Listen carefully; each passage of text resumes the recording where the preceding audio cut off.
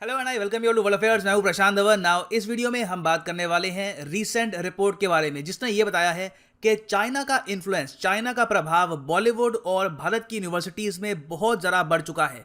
ये एक काफ़ी चिंताजनक बात है क्योंकि इसका मतलब ये है कि भारत की जो सॉफ्ट पावर है जिसको हम इंक्रीज करने की कोशिश कर रहे हैं उसको हो सकता है कि इन द फ्यूचर काफ़ी हद तक कंट्रोल करे चाइना। नाउ इस पर रिसेंटली बहुत आर्टिकल्स पब्लिश हुए हैं। यहाँ पे आप देखोगे चाइना ने खरीदा है इन्फ्लुएंस इन Bollywood, universities, think tank, tech industry. ये कहती है एक स्टडी। ये एक और आर्टिकल है, what is China's influence in India. Now ये जो रिपोर्ट है जो भारत में ही प्रिपेयर करी गई है, इंटरनेशनल मीडिया भी इसको एक्सटेंसिवली कर रहा है। ताइवान, मैं टू बी ऑनेस्ट मैं देखकर बहुत सरप्राइज था। ताइवान इस पूरी न्यूज़ को एक्सटेंसिवली कवर कर रहा है क्योंकि वो लोग खुद शॉक्ड है कि जिस कंट्री से इनको उम्मीद थी कि कल को बुरे समय में इंडिया इनकी हेल्प को आएगा, यहाँ पे तो खुद ही चाइना का इन्फ्लुएंस इनके बॉलीवुड में, यूनिवर्सिटीज़ में, हर जगह फैल चुका है। इसलिए यहाँ पे आप देखोगे ताइवान न्यूज का आर्टिकल है, Indian think tank reveals depth of Chinese influence operations in world's largest democracy. Now मैं एक बात बोल दूं यहाँ पर, कभी कभी लोग मुझे कहते हैं कि मैं बहुत ज़्यादा रियल, फैक्चुअल बेस्ड, बिल्कुल रॉ जो बात होती है वो बात डिस्कस करने वाली वीडियो बनाता हूँ। कभी मैं शुगर कोट करता नहीं हूँ चीज़ों को कि जो चीज़ ख़राब है ख़राब ही दिखाऊंगा, जो चीज़ अच्छी है अच्छी दिखाऊंगा। तो ये जो न्यूज़ है ये देखकर इतना ज़्यादा निराश होना मत, क्योंकि देखिए चाइना का जो सिस्टम है वो बिल्कुल ऐसा बिल्ड है कि इंडिया और यूएसए पर उसका प्रभाव आएगा ही, क्योंकि China as a country completely closed off है।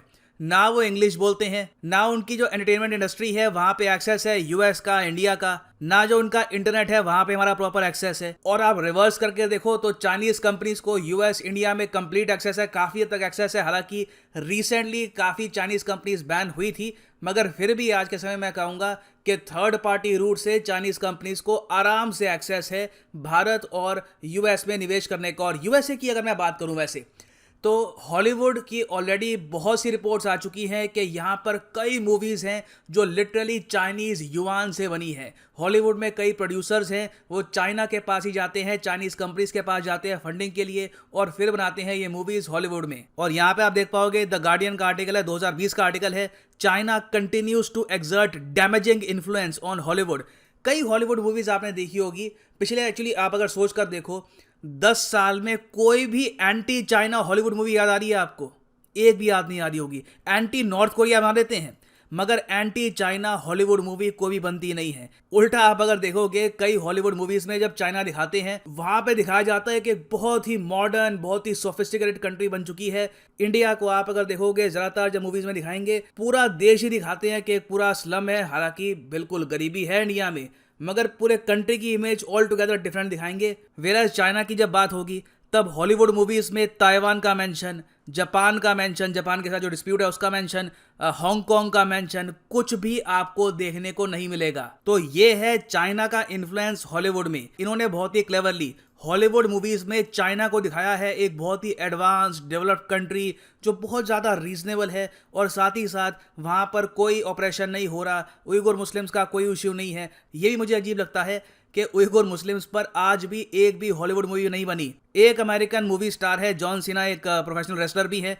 उनके एक बार मुंह से निकल गया था कि ताइवान एक सेपरेट कंट्री है। उनको माफ़ी मांगनी पड़ी पूरी चाइना से कि मुझे माफ़ कर दो, मैंने गलती से कह दिया कि ताइवान एक देश है। और अमेरिकन ये बात देख के हैरान थे कि उनके बड़े मूवी एक्टर्स को इस तरीके से बिहेव करना पड़ता है रिगार्डिंग चाइना। तो ये होता है इन्फ्लुएंस, ये होती है पावर। तो डिस्कस करते हैं कि चाइना का इस टाइप का जो इन्फ्लुएंस है ये भारत में किस हद तक बढ़ चुका है। मगर आगे बढ़ने से पहले आपसे एक मैं क्वेश्चन पूछना चाहूँगा। क्वेश्चन बहुत ही सिंपल है कि ग्लोबल इकोनॉमिक प्रोस्पेक्ट्स रिपोर्ट ये हर साल जो पब्लिश होती है ये कौन पब्लिश करता है? IMF, world bank, world economic forum या फिर new development bank? Comment section में करिए आंसर, सही उत्तर मैं आपको दूंगा वीडियो के अंत में। ना ये जो रिपोर्ट है जिसकी हम बात करेंगे इस वीडियो में, इसका टाइटल है mapping Chinese footprints and influence operations in India. ये रिपोर्ट पब्लिश करी है लॉ एंड सोसाइटी अलायंस ने। आप गूगल करोगे ये जो टाइटल आपको जो रिपोर्ट है मिल जाएगी। बहुत लंबी रिपोर्ट है, इन डेप्थ इन्होंने एनालिसिस किया है, 76 पेजेस की रिपोर्ट है और इस पर इन्होंने कवर किया है कि किस तरीके से चाइना का इन्फ्लुएंस हमारे जर्नलिस्ट पर, मूवीज पर, हर जगह धीरे धीरे बढ़ रहा है। ना यहाँ पर आप पूछ सकते हैं इन्फ्लुएंस का मतलब क्या होता है? आई मीन क्या इसको हम कैसे इंटरप्रेट करें? देखो पहली बात तो ना मैं आपको ये कहूँगा किसी भी चीज़ को एब्सोल्यूट टर्म्स में मत देखा करो। ऐसा नहीं है कि आज के समय सारी जो बॉलीवुड मूवीज़ बन रही है, इंडियन मूवीज़ बन रही है, वहाँ पे चाइनीज़ मनी इन्वॉल्व है। कुछ मूवीज़ में डेफिनेटली इन्वॉल्व है और ओवरऑल चाइना ये कोशिश करता है कि इंडियन मूवीज़ में कहीं भी तिब्बत का इशू ना आए, ताइवान का इशू ना आए, हांगकांग का इशू ना आए। ये जो सेंसिटिव टॉपिक्स हैं चाइना के लिए, उइगर मुस्लिम्स का जो इशू है, ये डिस्कस ना किया जाए और ज़्यादातर फोकस इंडियन मूवीज़ में अगर किसी देश पर रहना भी है एज एन एनिमी कंट्री तो वो रहे सिर्फ पाकिस्तान पर। 90% जो हमारी मूवीज़ होती हैं वहाँ पे आप अगर देखो जो एनिमी कंट्री होता है सीधा हम फोकस करते हैं वहाँ पर पाकिस्तान पर। ना इसका एक रीज़न ये भी है कि दोनों कंट्रीज़ ने बहुत सी वॉर लड़ी है, मगर there is no denying the fact कि पिछले 5 साल में मैं कहूँगा चाइना एक ज़्यादा बड़ा थ्रेट बन के उभरा है इन फ्रंट ऑफ इंडिया। मगर फिर भी कितने आपको ऐसे शोज़ मिल जाएंगे जो चाइनीज़ इंटेलिजेंस एजेंसी पर फोकस्ड है या फिर चाइनीज़ आर्मी पर फोकस्ड है? बहुत ज़्यादा कम, बहुत लिमिटेड। और इसका एक मेजर रीज़न है कि शी जिनपिंग ने 2017 में एक इनिशिएटिव शुरू किया था चाइना के इन्फ्लुएंस को इंक्रीज करने का पूरी दुनिया में। इन्होंने 2017 में ये कहा था कि ये लोग इंश्योर करेंगे कि चाइना का जो वन पार्टी सिस्टम है ये दुनिया भर में ये लोग फेमस करा दे। एक्चुअली बहुत सी कंट्रीज वन पार्टी सिस्टम को एक्सेप्ट भी करना स्टार्ट कर दे। इसका रीज़न क्या है? देखिए, आप चाइनीज कम्युनिस्ट पार्टी के पर्सपेक्टिव से सोचकर देखो, उनको पता है कि जो उनकी जनता है आज नहीं तो कल फ्रस्ट्रेट हो जाएगी। लोग बहुत ज़्यादा आप कह सकते हैं ट्रैप्ड फील करते हैं जब उनके पास ऑप्शन नहीं होती वोट करने की या फिर सरकार बदलने की। कई चाइनीज़ नागरिक ऑलमोस्ट कभी कभी डिमोरलाइज ही फील करते होंगे कि चाइनीज कम्युनिस्ट पार्टी के अलावा कोई विकल्प ही नहीं है उनके पास सरकार चलाने का। और ये फ्रस्ट्रेशन ज़रा बढ़ती है जब वो देखते हैं कंट्रीज़ लाइक यूएस, इंडिया, जहाँ पे प्रॉपर तरीके से लोगों की जो आवाज़ है ये सुनी जाती है। तो इस चीज़ को रोकने के लिए बीजिंग ने 2 काम किए हैं। चाइना की सरकार पहली बात तो जो इंटरनेट है इसको फिल्टर करती है ताकि चाइनीज़ लोगों तक ये थॉट ही ना पहुँचे कि और भी बहुत सारी कंट्रीज़ हैं वहाँ पे डेमोक्रेसी है, फ्रीडम ऑफ थॉट है, तो इस सब से उनको दूर रखा जाता है। उसके अलावा अगर मान लो बहुत से और देश कल को वन पार्टी सिस्टम जो है चाइना का ये एक्सेप्ट करना स्टार्ट कर दे तो चाइना के लोग भी सोचेंगे वेट, हमें चेंज करने की ज़रूरत नहीं है, we are on the right path, हम तो बिल्कुल ठीक यहाँ पर कर रहे हैं, अब तो दुनिया हमको फॉलो कर रही है तो बिल्कुल जो हम कर रहे हैं वो ठीक ही होगा। तो इसलिए चाइना ने 2017 में वन पार्टी सिस्टम जो है यह आइडिया फैलाना स्टार्ट कर दिया। उसके अलावा इन्होंने ये भी डिसाइड किया कि दुनिया भर में ये इंश्योर करेंगे कि जो मीडिया है, डिजिटल एंटरटेनमेंट है, वहाँ पे प्रो चाइना बात ही हो, एंटी चाइना बात ना की जाए। और इसके लिए इन्होंने बहुत सारे मूवी डायलॉग्स और मूवी को प्रोडक्शन जो फैसिलिटीज़ हैं ये सेटअप करी यूएसए में, यूरोप में, इवन इंडिया में। 2009 में आपको याद होगा, याद नहीं होगा तो बता देता हूँ आपको, हमने देखा चाइना इंडिया फिल्म को प्रोडक्शन डायलॉग। ये हुआ था बीजिंग इंटरनेशनल फिल्म फेस्टिवल में इन 2019। शाहरुख खान यहाँ पर गए, कबीर खान गए, बहुत सारे इंडिया के जो बड़े एक्टर्स हैं ये यहाँ पर गए थे। और ऐसा नहीं है कि यहाँ पे पार्टिसिपेट करना खराब है, मगर ये यहाँ पर चाइना की एक तरीके से कोशिश थी कि धीरे धीरे इंडियन फिल्म इंडस्ट्री से ये जुड़े और बातचीत करें और इंश्योर करें कि इन द फ्यूचर ज़्यादा एंटी चाइना कंटेंट इंडिया में प्रोड्यूस ना हो। एंटी चाइना कंटेंट क्या होता है भैया? एंटी चाइना का मतलब क्या? 2011 में आपको याद होगा एक मूवी आई थी रॉक स्टार, रणबीर कपूर की मूवी थी।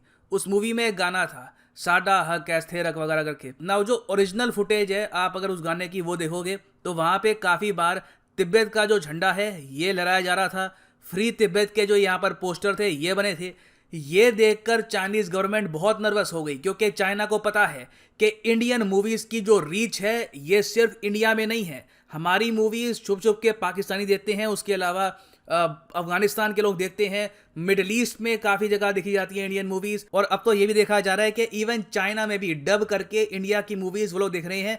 अब जापान में भी मैं कहूँगा कुछ हद तक धीरे धीरे ही सही इंडियन मूवीज़ पॉपुलर हो रही हैं। तो अगर इंडियन मूवीज़ में ये जो यहाँ पर फ्री तिब्बत वाली बात है या ताइवान वाली बात है ये इन्होंने फैलानी स्टार्ट कर दी तो चाइना का जो सारा ग्लोबल प्रोपेगेंडा है ये गिर सकता है। तो चाइना ने फिर 2011 में सरकार पे, भारतीय सरकार पे काफ़ी प्रेशर डाला और सेंसर बोर्ड को बोला कि जो ये फ्री तिब्बत वाला जो ये पोस्टर है, जो ये सारा पार्ट है, इसको रिमूव कर दो। और आज के समय जो ये मूवी है रॉकस्टार, वहाँ पे आपको जो ये फ्री तिब्बत वाला सीन है ये नहीं मिलेगा। 2011 से लेकर 2021 10 साल हो गए, कोई भी मूवी नहीं बनी, कोई गाना नहीं बना जहाँ पे तिब्बत का कोई रेफरेंस हो, ताइवान का कोई रेफरेंस हो, उइगर मुस्लिम्स का कोई रेफरेंस हो। No one even talks about it. तो ये है यहाँ पर चाइना का इन्फ्लुएंस। नाउ देखना ये होगा कि इन द फ्यूचर ये किस हद तक इंडियन फिल्म इंडस्ट्री को इन्फ्लुएंस कर सकते हैं? क्या ये इंडिया में ओवरऑल जो थॉट है, जो सोचने का प्रोसेस है, ये भी बदलने की कोशिश करेंगे थ्रू आवर ओन फिल्म्स? ये हमको सोचना होगा। नाउ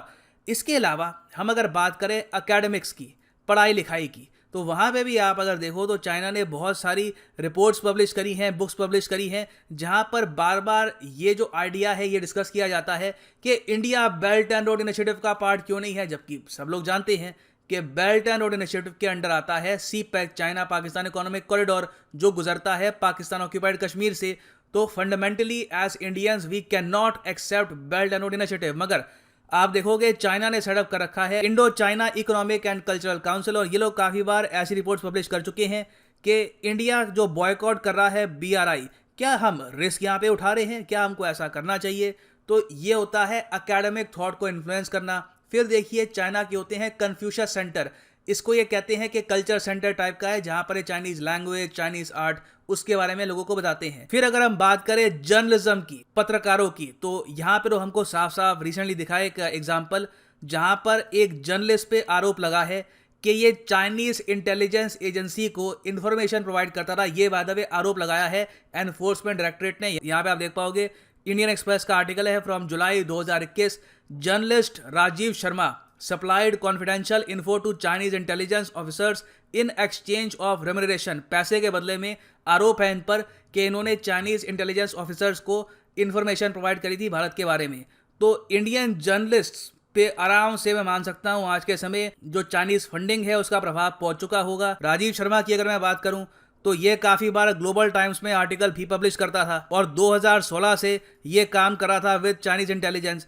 तो पता नहीं, देखिए भारत में कितने राजीव शर्मा होंगे, कितने और ऐसे लोग होंगे जो कवर्टली चुपके से चाइना के लिए काम करते हैं। कभी कभी साल में 1-2 बार कुछ आर्टिकल लिख दिए, प्रो चाइना आर्टिकल, टीवी पे बात कर दी, उसके लिए लाखों 20-30 लाख रुपए मिल जाते हैं इन लोगों को। तो हमको अभी पता नहीं है कि जो ये रैबिट होल है कितना डीप है, किस हद तक चाइना का जो इन्फ्लुएंस है ओवरऑल फैल चुका है, मगर चाइना का इन्फ्लुएंस बिल्कुल है। इसके काउंटर में आप अगर देखो तो भारत का इन्फ्लुएंस चाइना में 0 है, यूएसए का भी बहुत ज्यादा कम है, क्योंकि किसी बाहर की कंट्री को वो पहुंचने ही नहीं देते अपने लोगों तक। तो देखिए ये जो इशू है ये यूएसए के सामने भी खड़ा है, भारत के सामने भी खड़ा है। नीड यहाँ पर यह अभी के लिए कि दोनों कंट्रीज रियलाइज करें कि धीरे धीरे किस तरीके से जो सॉफ्ट पावर वो बना रहे हैं थ्रू हॉलीवुड बॉलीवुड, क्या उसको पीछे से चाइना कंट्रोल करना शुरू कर चुका है, या फिर आज भी जो ये सॉफ्ट पावर है इन रिस्पेक्टिव कंट्रीज के पास ही है। ना वापस आते हैं अपने क्वेश्चन पे कि who publishes the global economic prospects report every year? तो सही उत्तर यहाँ पे है option B, world bank is the right answer. और फाइनली यहाँ पर मैं ये भी ऐड कर दूं कि अनअकैडमी के कोर्सेज के प्राइसेस बढ़ने वाले हैं ऑन 15 सितंबर। तो अभी आपके पास टाइम है, कमेंट सेक्शन में जाओ, पिन कमेंट में आपको लिंक मिलेगा यूपीएससी सीएससी प्लस का, इस लिंक पे क्लिक करो और यहाँ पे आप खरीद सकते हैं ये यूनिक कॉम्बो पैकेज, जिसके अंदर आपको यूपीएससी प्रीलिम्स, मेंस, ऑप्शनल तीनों की तैयारी करने की सहूलियत आपको यहाँ पर मिलती है। और मैं आपको वैसे ये बता दूं कि सारे कोर्सेज अलग अलग परचेज करोगे तो 10 से लेकर 15,000 रुपये वैसे आपको पे करने होंगे। तो एक तो डिस्काउंट आपको वहाँ पे मिल गया कॉम्बो का, उसके ऊपर एडिशनल डिस्काउंट यहाँ पे आपको मिलेगा अगर आप यूज़ करते हैं promo code PD10, the prices shall fall even more. So use the code PD10 or enjoy the discount. The prices will rise from the 15th of September 2021. So इसी note के साथ ये है वीडियो का अंत। Thank you for listening and as always, God bless you all.